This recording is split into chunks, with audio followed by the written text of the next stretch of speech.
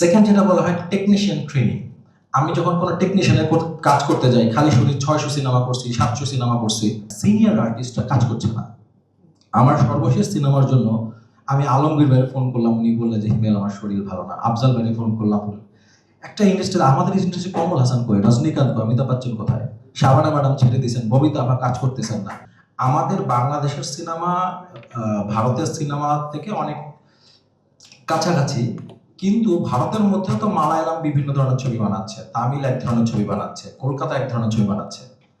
এখন মানে বাণিজ্যিক সিনেমা হবে সেটা কোনো সমস্যা নাই, কিন্তু বাণিজ্যিক সিনেমার মধ্যে তো একটা গল্প থাকতে হবে, যে গল্পটা আমাদের।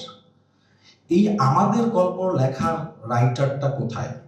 এখানে সটকু ভাই আছেন, জাকির হোসেন রাজু স্যার আছেন, এরা মোস্ট সিনিয়র।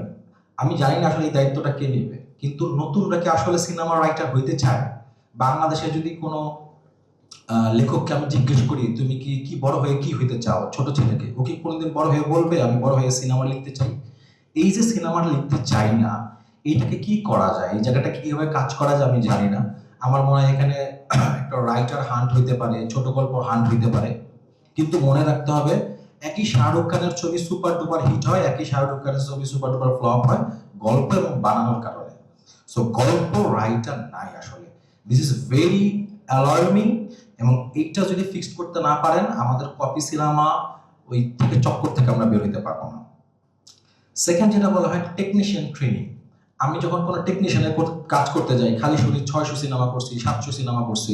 আলহামদুলিল্লাহ তারা সিনিয়র মানুষ, বাট ৭০০ সিনেমা করে উনি ওই জায়গাতে আটকে আছে। ওনাকে আপডেট হইতে হবে, বর্তমানের ক্যামেরা কি, বর্তমানের টেকনোলজি কি, বর্তমানে কালার প্যাটার্ন কি, এইগুলো সে জানে না। এখন এটা কে জানাবে? ভারতে যে একটা ক্যামেরা যে অ্যাসোসিয়েশন আছে, সেখানে প্রতি নির্দিষ্ট সময় পর তাদের ট্রেনিং দিতে হয়। যদি ট্রেনিং না করে তাহলে তাদের লাইসেন্স বাদ হয়ে যায়, সে আর ক্যামেরা চালাতে পারে না। আমাদের এই আপডেটটা কে করবে? এই টেকনিশিয়ান আপডেট করতে হবে। আমি কিন্তু চাই না ইন্ডিয়া থেকে ফাইট ডিরেক্টর আনতে, আমার লাভ কি ভাই? আমার তো টাকা দিতে হয়, আমার প্যারা নিতে হয়। কিন্তু আমি যখন পাই না, তখন আমি কি করব? কারণ আমার যে দর্শকটা সিনেমাটা দেখতেছে, ও তো অ্যানিমেল যেমন দেখতেছে, ও দেখার সময় কিন্তু এটা ভাবে দেখবে না যে আরে বাংলাদেশ আমার নিজেদের সিনেমা, আমাদের টেকনিশিয়ান নাই, না।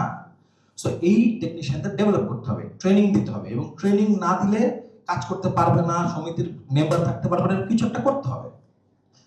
কারণ যেভাবে ইন্ডাস্ট্রি আগায় যেতেছে, এভাবে যদি আমরা না আগাই, তাহলে ৫০০ সিনেমা করছি, ৭০০ সিনেমা করছি, ওই গল্পে ঘুরতে হবে, আগানো যাবে না। একটা বড় সমস্যা আমি ফেস করতেছি, এটা সমাধান আমি জানি না, সিনিয়র আর্টিস্টরা কাজ করছে না। আমার সর্বশেষ সিনেমার জন্য আমি আলমগীর ভাইয়ের ফোন করলাম, উনি বললেন যে হিমেল আমার শরীর ভালো না। আফজাল ভাইয়ের ফোন করলাম, একটা ইন্ডাস্ট্রি আমাদের ইন্ডাস্ট্রি কমল হাসান কই, রজনীকান্ত কই, অমিতাভ বচ্চন কোথায়, শাবানা ম্যাডাম ছেড়ে দিয়েছেন, ববিতা আপা কাজ করতেছেন না। শুধু হিরো হিরোইন থাকবে, বাবারা থাকবে না, দাদাদের থাকবে না আমাদের সিনেমায়। কোথায় তারা? কোন সিনিয়র আর্টিস্টরা কাজ করতে চাচ্ছেন না। কেন চাচ্ছেন না আমি জানি না। কারো হয়তো ব্যক্তিগত, কেউ হয়তো ভাবছেন কিভাবে কাজ করে, কেউ হয়তো কাজ করে যে আশা নিয়ে কাজ করতেছিলেন সেই আশাটা পাচ্ছেন না। সো সিনিয়র শিল্পীদের, কারণ একটা শাকিব খানের বাবা যদি আলমগীর হয়, একটা শাকিব খানের মা যদি ববিতা হয়, এটার যে ভ্যালু, এটার যে এডিট, এটা দরকার আমাদের স্কিলে। এবং ওনাদের যে অভিজ্ঞতা, ওনাদের যে কি বলবো, ওনাদের স্টারডম তো আমরা ব্যবহার করতে পারছি না। সো আমার কাছে মনে হয় যেখানে যারা আছে সিনিয়র, যারা আমাদের স্টার সুপারস্টার ছিলেন, তাদেরকে কিভাবে আমরা কাজ করতে পারি। এরপরে আস্তে আস্তে এফডিসি আধুনিকরণ, বা আমার একটা ছোট্ট ভিএফএক্স করতে, কালার করতে ইন্ডিয়া যেতে হইতেছে কেন? আমি প্লেন ফেয়ার, এখানে সবাই বলে আমরা ভারত চলে যাই, ভাই ভারত আমাকে যেতে হচ্ছে কেন? ভারতে আমার প্রডিউসারে তো টাকা যাচ্ছে, প্লেন ফেয়ার যায়, হোটেল ফেয়ার যায়, কিন্তু এখানে তো আমি পাচ্ছি না। এখানে এই জিনিসটা তৈরি করতে হবে। এখন আমি জানি না ডিম আগে না মুরগি আগে, যে কে আসলে তৈরি করবে, কিন্তু কারো আসলে উদ্যোগটা নিতে হবে।